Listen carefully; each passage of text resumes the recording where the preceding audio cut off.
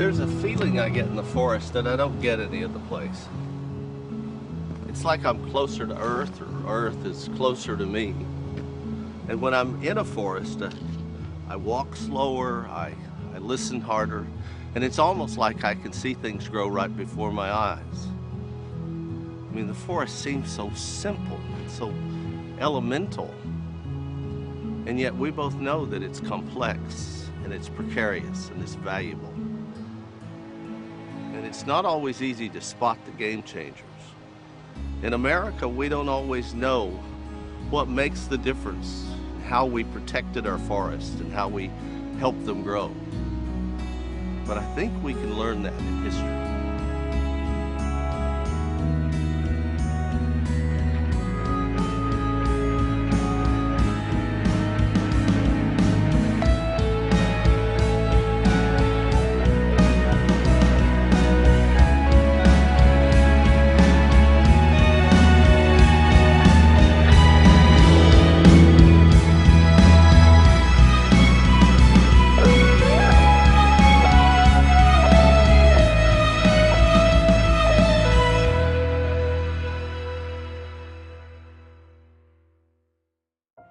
In the 1950s, America was booming. The GIs were home from the war. Music was rocking around the clock. The post-war boom had muscle. And all across America, homes, stores, superhighways, and skyscrapers were being built. Progress and prosperity were bywords of the new America. Although Smokey Bear spoke up to prevent fires, forests were generally taken for granted. Just another part of the abundance of America. Yet even then, there were people with foresight who understood that our forests were not unlimited. America was in a race to space, and that same spirit of research and scientific endeavor spread throughout our country, not just beyond the surly bonds of Earth. In the prosperity of the 50s and 60s, Americans understood that our abundant natural resources might not last forever. In the spirit of bipartisan cooperation, Representative Clifford C. McIntire of Maine and Senator John C. Stennis of Mississippi sponsored a bill to provide federal funding for forestry research at state-supported colleges and universities. Through research, graduate training, and working together, the law really did create a driving force. And I think that they chose those words very deliberately, a true driving force for sustaining our nation's forest for decades to come. In 1962, President Kennedy signed the McIntire-Stennis Cooperative Forestry Research Program into law. 50 years ago, the three politicians probably didn't realize the far-reaching effect their cooperation would have, but they did create the driving force of research for sustainable forestry. The McIntire-Stennis program has supported thousands of forestry research projects and helped produce thousands of trained scientists and research professionals. Funding for the program can be up to 1/2 the amount appropriated for forestry research within the U.S. Department of Agriculture. Each state receives funding based on how much non-federal commercial forest land in the state, the annual volume of timber removed from growing stock in the state, and the total each state spends from non-federal sources on forestry research. In each state, McIntire-Stennis funds go to land-grant colleges, experiment stations, and other state-supported colleges and universities offering graduate training in the sciences basic to forestry and that have a forestry school. That means they have an academic program that leads to at least a master's degree in forestry.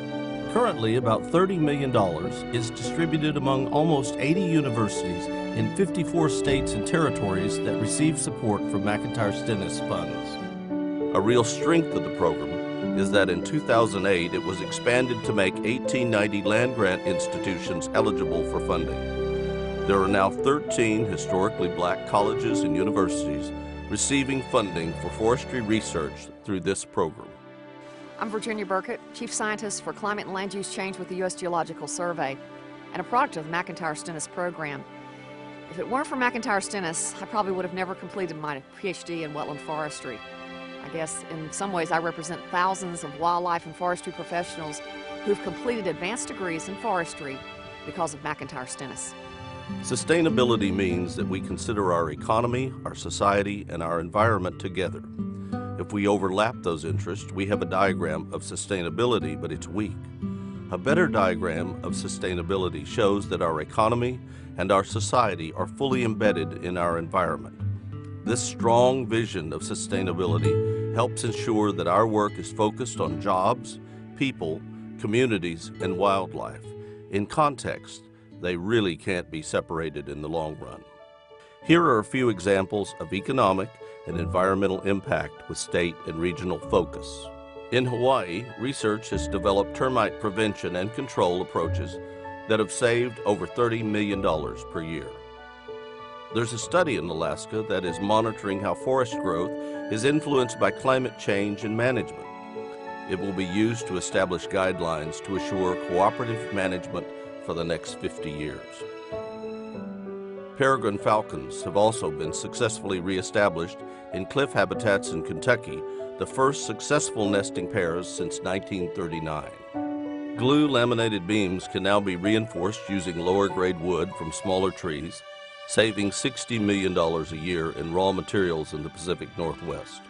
All across the country, McIntire-Stennis researchers are fully engaged in developing ways to efficiently use woody biomass to generate electricity and to produce transportation fuels and thermal energy.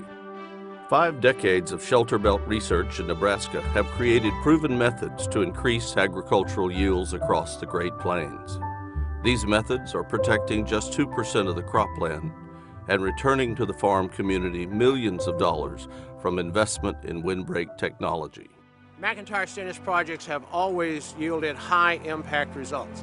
An excellent example would be the restoration and regeneration of the bottomland hardwoods in the Mississippi Delta region. Literally hundreds of thousands of acres have been restored using the science that was generated in McIntire-Stennis projects. These hardwood stands are not only economically valuable, but the wildlife habitat, the watershed management, and soil stability that they generate is absolutely priceless. The program provides a steady source of base funding. The law requires that states match the funding, which is part of the driving force the law created.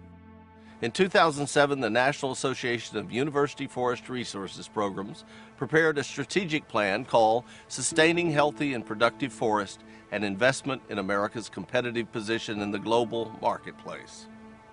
The strategic plan focuses on challenges for our forests today and in the future.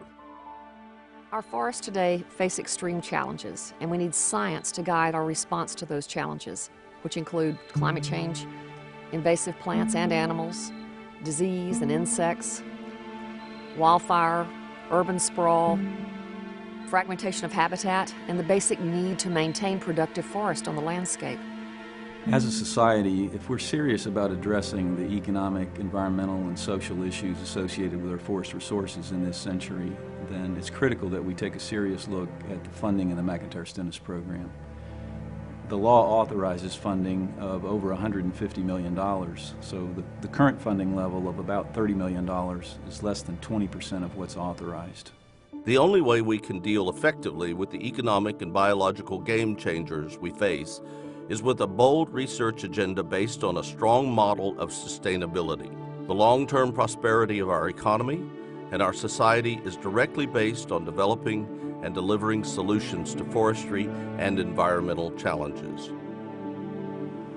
We are inventing the future of sustainable forestry, and McIntire-Stennis is key to make it happen. The 50th anniversary of this program is a time to reflect on significant accomplishments, of course, but it's also a time to look to the future.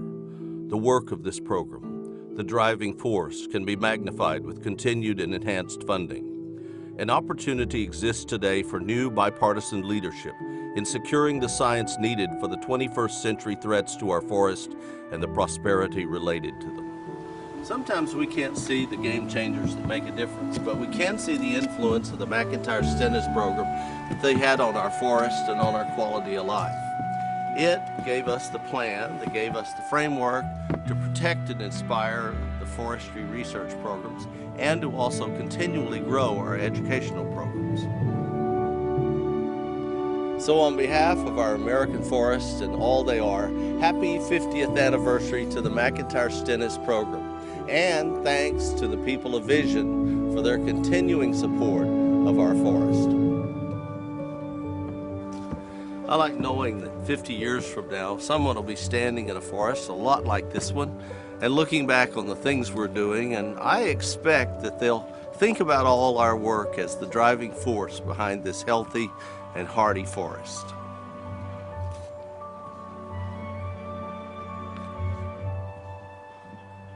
I sure hope so.